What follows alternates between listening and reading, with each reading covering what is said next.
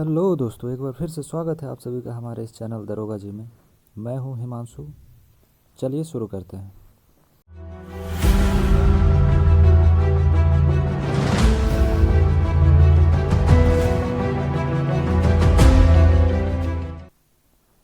अब तक हम लोगों ने अपवाह तंत्र के करीब 32 प्रश्नों को देख लिया है। आज हम 32 से आगे के प्रश्नों को देखने जा रहे हैं और प्रश्नों के साथ, जैसा कि हमारा अभी तक चल रहा है, प्रश्न के आंसर तो बताएंगे ही, साथ ही साथ उसका डिस्कशन भी देखेंगे। तो आप बने रहें हमारे साथ। आइए देखते हैं उन प्रश्नों को।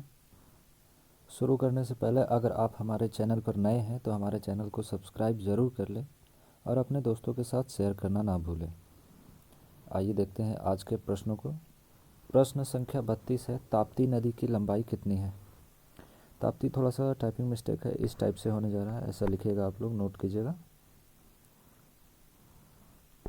आशा करते हैं आप सभी नोटबुक और पेन लेकर ज़रूर बैठे होंगे और हमारे द्वारा कराए गए सभी प्रश्नों को नोट करते जाएंगे। आइए देखते हैं ऑप्शन की ओर। ऑप्शन नंबर ए है 748 किलोमीटर, ऑप्शन नंबर बी है 724 किलोमीटर, ऑप्शन नंबर सी है 756 किलोमीटर या फिर ऑप्शन नंबर डी है 728 किलोमीटर।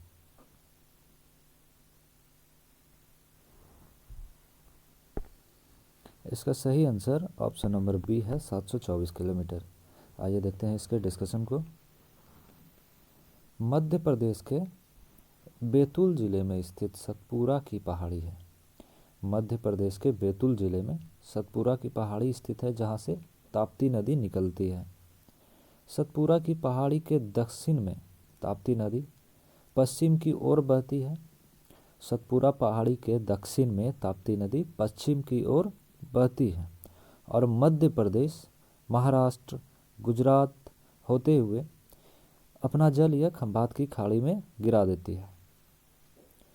परीक्षा विशेष के संदर्भ में आपको ये याद रखना है कि नर्मदा और ताप्ती के बीच सतपुरा की पहाड़ी है। नर्मदा और ताप्ती नदी के बीच सतपुरा की पहाड़ी है। आइए देखते हैं अगला प्रश्न। प्रश्न संख्या 33। निम्नलिखित में से किस नदी को दक्षिण भारत की गंगा के नाम से भी जाना जाता है? प्रश्न काफ़ी शानदार है, काफ़ी इम्पोर्टेंट भी है। आइए देखते हैं इसके ऑप्शन को। ऑप्शन नंबर ए है गोदावरी, ऑप्शन नंबर बी है ताप्ती, ऑप्शन नंबर सी है नर्मदा या फिर ऑप्शन नंबर डी है कावेरी। ऑप्शन नंबर डी सही है। आइए देखते हैं इसके डिस्कशन को, तभी आपको ये प्रश्न अच्छे से समझ में आएगा। देखिए गोदावरी के बारे में। गोदावरी दक्षिण गंगा इसलिए कहलाती है चूँकि दक्षिण भारत में यह सबसे लंबी नदी है। दक्षिण भारत में यह सबसे लंबी नदी है और गोदावरी की जो लंबाई है वो 1465 किलोमीटर है। 1465 किलोमीटर। और एक है वृद्ध गंगा।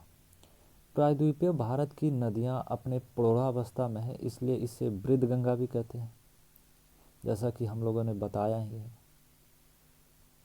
चूँकि यहाँ पर दक्षिण गंगा की बात हो रही थी, इसीलिए यह भी बताना ज़रूरी था। नेक्स्ट था कि कावेरी ही क्यों सही हुआ, तो कावेरी के बारे में जानते हैं। दक्षिण भारत की जो गंगा कावेरी नदी को भी कहते हैं, उसका ये कारण है कि पवित्रता इसकी सबसे ज़्यादा दक्षिण भारत में है। अर्थात जैसे कि उत्तर भारत में गंगा नदी बहती है, जो कि सबसे पवित्र नदी है। हमारी राष्ट्रीय नदी भी गंगा है, 2008 में इसे मान्यता प्राप्त हुआ है। ठीक उसी प्रकार दक्षिण भारत में सबसे पवित्र नदी कावेरी नदी को माना जाता है, इसीलिए दक्षिण भारत की गंगा के नाम से भी कावेरी नदी को माना जाता। इसीलिए कावेरी नदी को दक्षिण भारत की गंगा भी कहते हैं, पवित्रता के कारण। अब देखिए, आपको ये अच्छे से नोट करना है। महाराष्ट्र के नासिक में त्र्यंबक पहाड़ी से गोदावरी नदी निकलती है। महाराष्ट्र के नासिक में त्र्यंबक की पहाड़ी से गोदावरी नदी निकलती है और पूर्व में बहती है। इस प्रकार महाराष्ट्र, तेलंगाना, आंध्र प्रदेश होते हुए आंध्र प्रदेश के तट पर बंगाल की खाड़ी में अपना जल गिरा देती है। अर्थात उद्गम इसका हो गया त्र्यंबक पहाड़ी, किसका? गोदावरी नदी का। जी, तो गोदावरी नदी का उद्गम हो गया त्र्यंबक की पहाड़ी। त्र्यंबक की पहाड़ी कहाँ स्थित है? नासिक। नासिक कहाँ है? महाराष्ट्र। त्र्यंबक की पहाड़ी महाराष्ट्र के नासिक में है, यानी कि उद्गम इसका हो गया त्र्यंबक की पहाड़ी। और इसका संगम या फिर मुहाना बंगाल की खाड़ी है। नेक्स्ट ये आपको नोट करना है कि इसकी सहायक नदियाँ, देखिए सहायक नदियाँ चूँकि काफ़ी इम्पोर्टेंट है। आप अगर बिहार दरोगा की तैयारी कर रहे होंगे तो आप लोगों ने अवश्य बिहार दरोगा के क्वेश्चन बैंक को पलट कर एक बार देखा ही होगा। अगर नहीं देखा है तो आपको देखना चाहिए।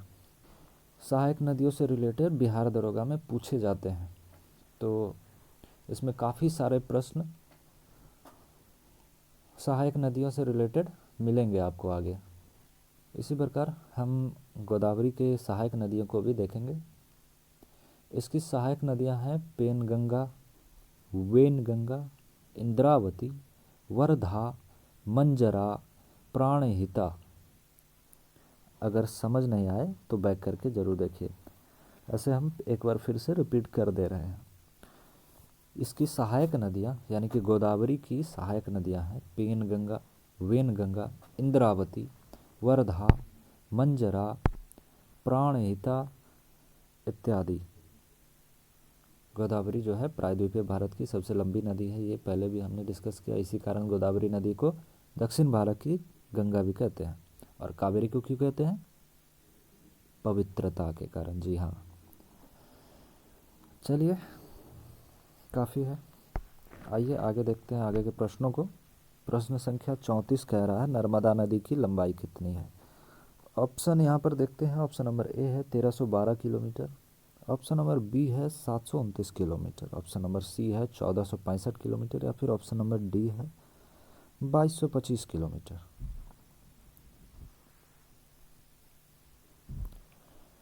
इसका सही आंसर है ऑप्शन नंबर ए 1312 किलोमीटर।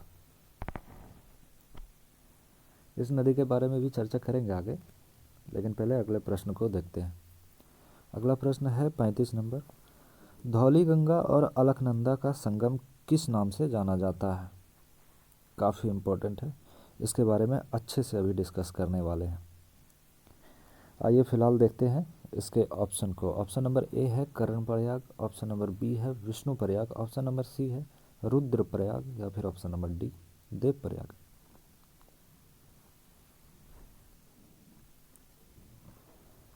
तो धौलीगंगा और अलकनंदा के संगम को जिस नाम से जानते हैं वो है विष्णुप्रयाग। वो है विष्णुप्रयाग, यानी ऑप्शन नंबर बी सही है। आइए देखते हैं इसके डिस्कशन को। नोट करिएगा, अलकनंदा नदी संतोपथ हिमानी से निकलती है। अलकनंदा नदी जो है संतोपथ हिमानी से निकलती है, और भगीरथी नदी गोमुख हिमानी से निकलती है। भगीरथी गोमुख हिमालय से निकलती है। ये दोनों आगे चलकर देवप्रयाग में आपस में मिलती है, जिसके संगम से गंगा नदी निकलती है। आगे नोट करिए, अलकनंदा की सहायक नदी धौलीगंगा, पिंडार, नंदाकिनी, मंदाकिनी। अलकनंदा की सहायक नदियाँ धौलीगंगा, पिंडार, नंदाकिनी, मंदाकिनी।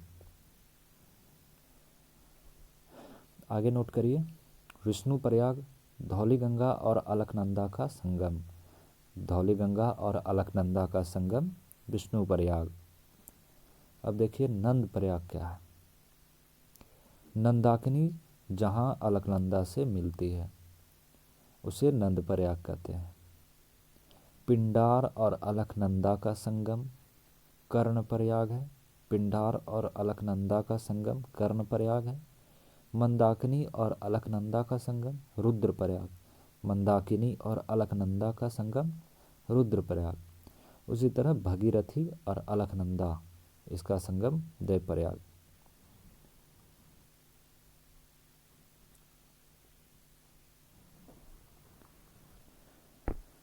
आशा करते हैं आप सभी को ये बात समझ आशा करते हैं ये सभी बातें आपको समझ में आ गई हो और आप लोगों ने नोट कर लिया हो।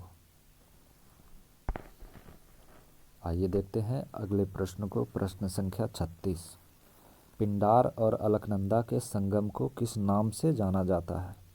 अभी हम लोगों ने डिस्कशन के थ्रू बड़े अच्छे से इन सवालों को देख लिया है। आशा करते हैं आप सभी इसका सही सही आंसर दे देंगे। आइए देखते हैं ऑप्शन की ओर। ऑप्शन नंबर ए है कर्णप्रयाग, ऑप्शन नंबर बी है रुद्रप्रयाग, ऑप्शन नंबर सी है देवप्रयाग, या फिर ऑप्शन नंबर डी विष्णुप्रयाग। अगर आप लोगों ने इसका सही सही आंसर दे दिया है तो आपको बहुत बहुत बधाई है, आप लोग अच्छा कर रहे हैं। इसका सही आंसर है ऑप्शन नंबर ए कर्णप्रयाग। अगला प्रश्न है 37 नंबर। रुद्रप्रयाग निम्न में किन नदियों का संगम है? आइए देखते हैं ऑप्शन की ओर। ऑप्शन नंबर ए है मंदाकिनी और अलकनंदा, ऑप्शन नंबर बी है भागीरथी और अलकनंदा। बस इन्हीं दोनों में आंसर को चुनिए आप, क्योंकि आंसर तो इन दोनों में एक है ही।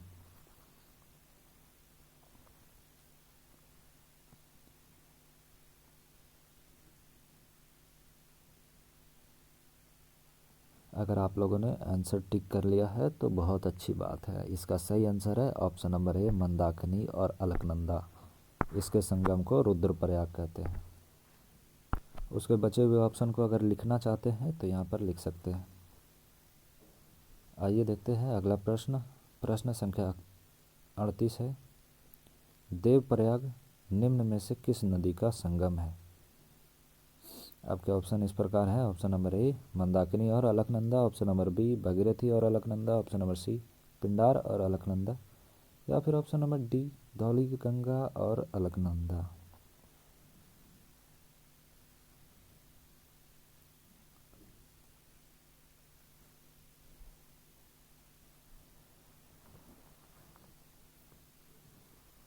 और इसका सही आंसर है ऑप्शन नंबर बी भगीरथी और अलकनंदा। अगला प्रश्न है 39 नंबर। गंगा को बांग्लादेश में किस नदी के नाम से जाना जाता है?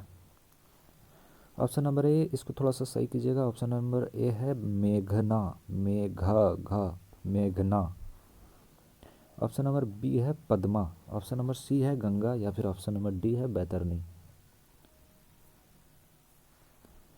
इसका सही आंसर है ऑप्शन नंबर बी पद्मा। अब हम गंगा नदी के बारे में थोड़ा सा डिस्कस करते हैं। थोड़ा सा ये डिस्कशन लंबा होने वाला है, तो आराम से एकदम बैठिए और अच्छे से कानों को खोलकर ध्यान से हमारी बातों को सुनिए और इसे नोट करते जाइए। और जहाँ समझ ना आए बैक करके ज़रूर देखिए। ऐसे जहाँ भी कन्फ्यूज़न होगी हम फिर से रिपीट कर देंगे और अच्छे से समझाएंगे। पहला पॉइंट, गंगा नदी पर्वतीय भाग से मैदानी भाग में प्रवेश करती है हरिद्वार के समीप। कहाँ पर? हरिद्वार के समीप। एक बार फिर से सुनिएगा। गंगा नदी पर्वतीय भाग से मैदानी भाग में प्रवेश करती है हरिद्वार के समीप। नेक्स्ट पॉइंट, गंगा नदी हरिद्वार के समीप मैदानी भाग में प्रवेश कर उत्तराखंड में बहते हुए उत्तर प्रदेश में प्रवेश करती है। उत्तर प्रदेश में बिजनौर जिला से यह यूपी में प्रवेश करती है। नेक्स्ट पॉइंट, केवल उत्तर प्रदेश ही नहीं बल्कि पूरे भारत में गंगा नदी के तट पर बसा हुआ सबसे बड़ा शहर कानपुर है। एक बार फिर से सुनिएगा। केवल उत्तर प्रदेश ही नहीं बल्कि पूरे भारत में गंगा नदी के तट पर बसा हुआ सबसे बड़ा शहर कोई है तो वो है कानपुर। अच्छे से इसे नोट करना है।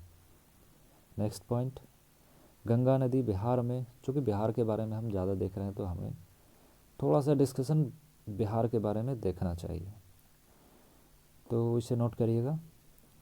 गंगा नदी बिहार में प्रवेश करती है बक्सर के चौसा से और कटिहार से यह बाहर निकल जाती है। अब आप देखेंगे बिहार के किन किन जिलों से गंगा नदी बहती है। तो नेक्स्ट पॉइंट ये लिखना है, बिहार में कुल 12 जिले से बहती हुई गंगा बाहर निकलती है। आप देखिए उन सभी 12 जिलों को नोट करिएगा। पहला लिखना है बक्सर, दूसरा आरा, तीसरा सारण, चौथा पटना, पांचवा वैशाली, छठा समस्तीपुर, सातवां बेगूसराय, आठवां मुंगेर, नवां खगड़िया, 10वां लखीसराय, 11वां भागलपुर जहाँ से हम हैं, और 12वां कटिहार। नेक्स्ट पॉइंट आपको ये लिखना है,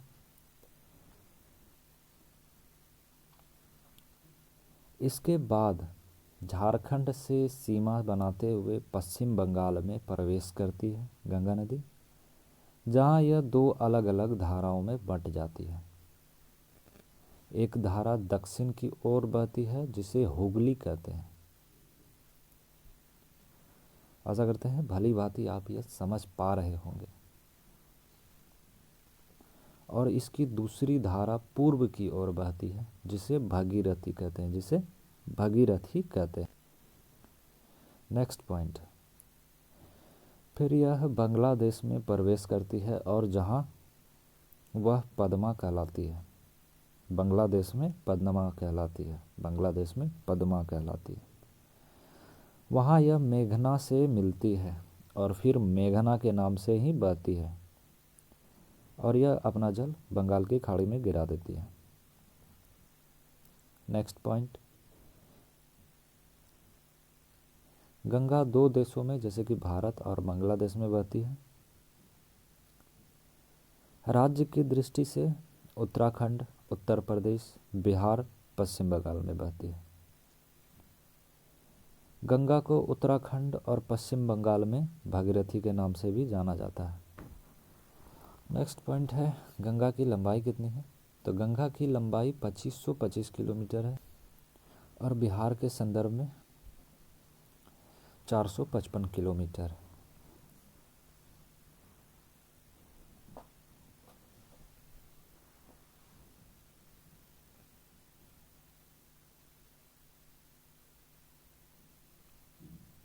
नेक्स्ट पॉइंट जो कि थोड़ा सा इम्पोर्टेंट है, आगे इससे प्रश्न भी देखने को मिलेंगे तो इसे अच्छे से नोट कीजिएगा। गंगा नदी को 2008 में भारत की राष्ट्रीय नदी के रूप में घोषित किया गया है।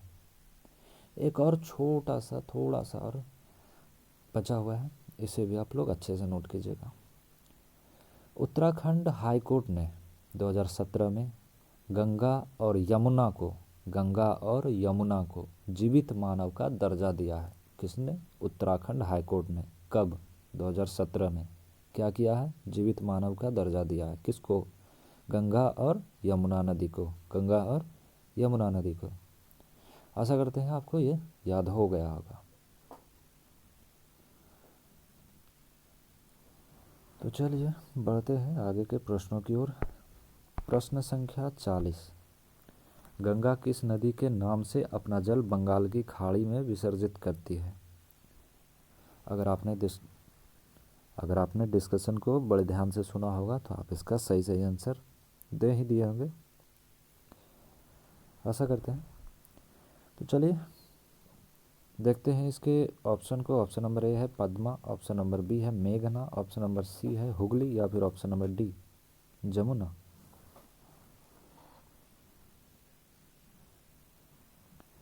इसका सही आंसर है ऑप्शन नंबर बी मेघना। अगर आप लोगों ने आंसर दे दिया तो बहुत अच्छी बात है, ऐसे ही ध्यान से सुना कीजिए।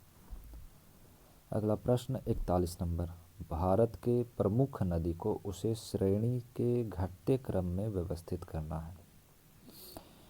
इसे आप लोग नोट कर लीजिएगा।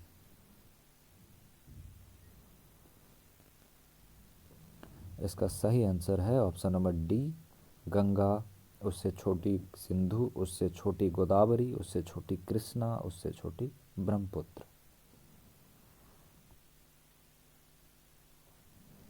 इस प्रश्न का आंसर आप लोग पहले तो नोट कर लीजिए, ऑप्शन नंबर डी। उसके बाद बताते हैं इसका मतलब, आप लोग समझे। इसका मतलब यही था कि मुख्य नदी एवं उसकी सहायक नदियों को मिलाकर जिस नदी का क्षेत्र एवं जल ज़्यादा हो, वही तो पूछ रहा है। तो इस हिसाब से सबसे बड़ी गंगा है, उससे छोटी सिंधु है, उससे छोटी गोदावरी, उससे छोटी कृष्णा, उससे छोटी ब्रह्मपुत्र है। इसका आंसर आप लोग अच्छे से नोट कर लीजिएगा। अगला प्रश्न 42 नंबर, निम्नलिखित में से किस नदी को रक्त नदी के नाम से जानते हैं? ऑप्शन नंबर ए है दिबांग, ऑप्शन नंबर बी है Lohit, option number C Kopili, या फिर ऑप्शन नंबर डी मेघना।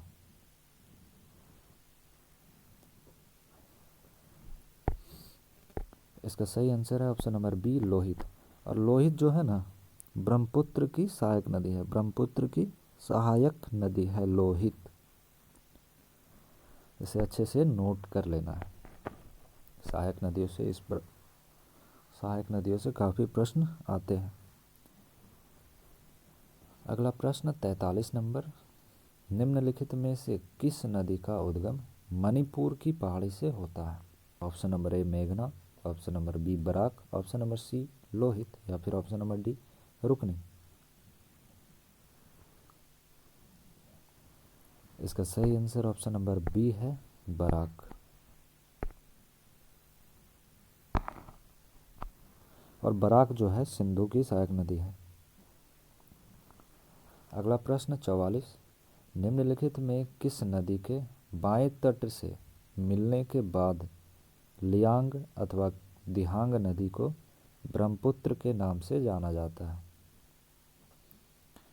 आइए देखते हैं। ऑप्शन नंबर ए है मेघना और बराक, ऑप्शन नंबर बी है लोहित और बराक, ऑप्शन नंबर सी है दिबांग और लोहित, या फिर ऑप्शन नंबर डी है लोहित और मेघना।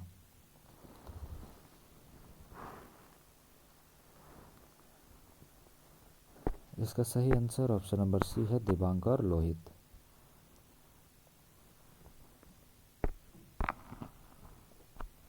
अगला प्रश्न 45 नंबर, असम में ब्रह्मपुत्र को किस नाम से जानते हैं? आपके ऑप्शन है option number A Brahmaputra, option number B Dihang, option number C Jamuna, या फिर ऑप्शन नंबर डी बराक।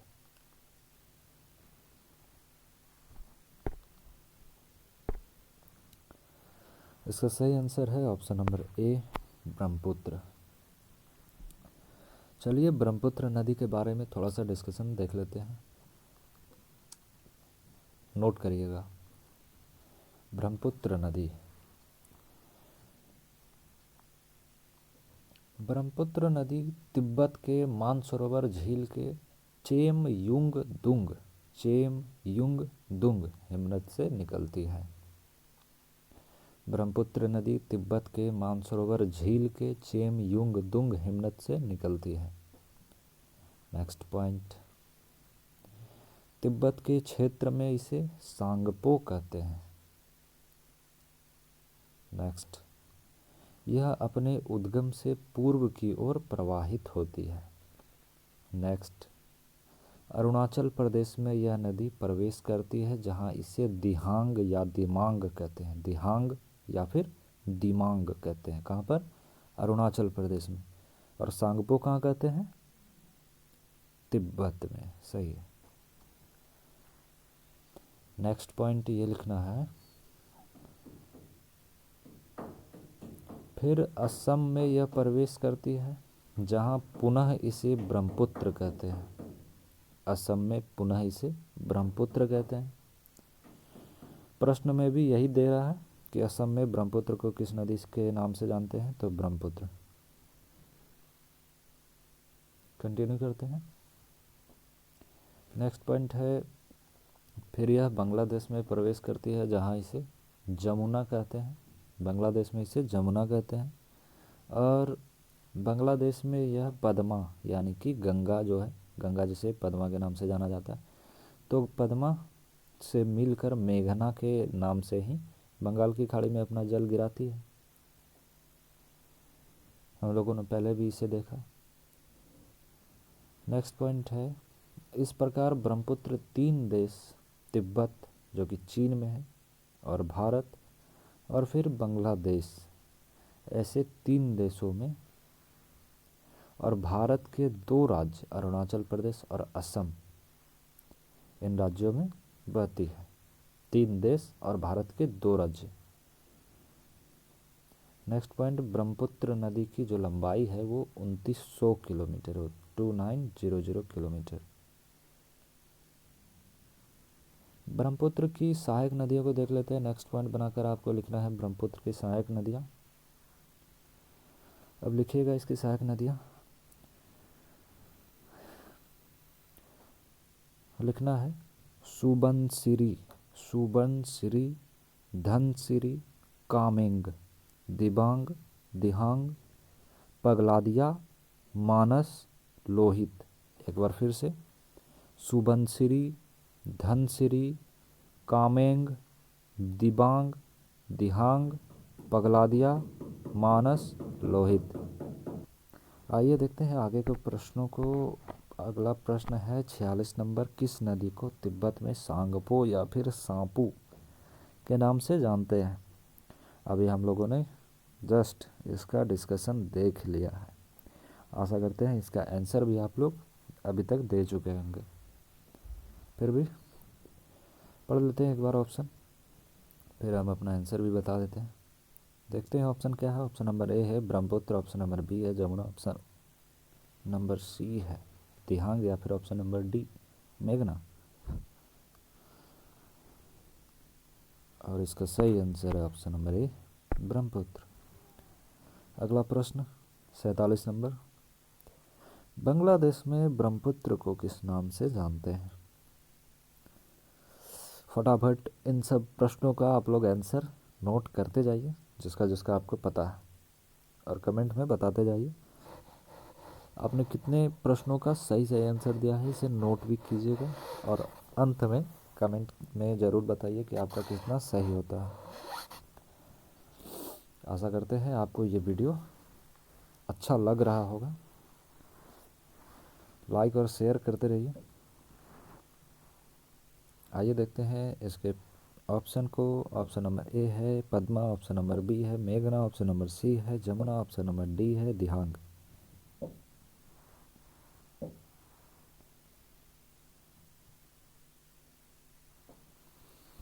और इसका सही आंसर है ऑप्शन नंबर सी जमुना। आज हम लोग 50 प्रश्न तक ही देखेंगे। तो अगला है 48 नंबर, नाकू, तरंग और तुईवई किसकी सहायक नदी है? Option number A Barak, option number B मेघना, ऑप्शन नंबर सी पद्मा, या फिर ऑप्शन नंबर डी लोहित। तो ये सभी बराक की सहायक नदी है, ऑप्शन नंबर ए बराक। अगला प्रश्न 49 नंबर, सुबनसिरी, कामेंग, मानस, ये सभी नदियाँ किससे संबंधित है, यानी किसकी सहायक नदी है? अभी हम लोगों ने देख ही लिया है। इसका सही आंसर आप लोग जल्दी जल्दी दीजिए। आइए देखते हैं ऑप्शन की ओर। ऑप्शन नंबर ए है बराक, ऑप्शन नंबर बी है ब्रह्मपुत्र, ऑप्शन नंबर सी है नर्मदा, या फिर ऑप्शन नंबर डी लोहित। और इसका सही आंसर है ऑप्शन नंबर बी ब्रह्मपुत्र। चलिए देखते हैं आज के आखिरी प्रश्न को। प्रश्न संख्या 50 है, भाखड़ा नंगल परियोजना किस नदी पर अवस्थित है? Option number A Ravi, option number B Beas, option number C Sutlej, या फिर ऑप्शन नंबर डी झेलम।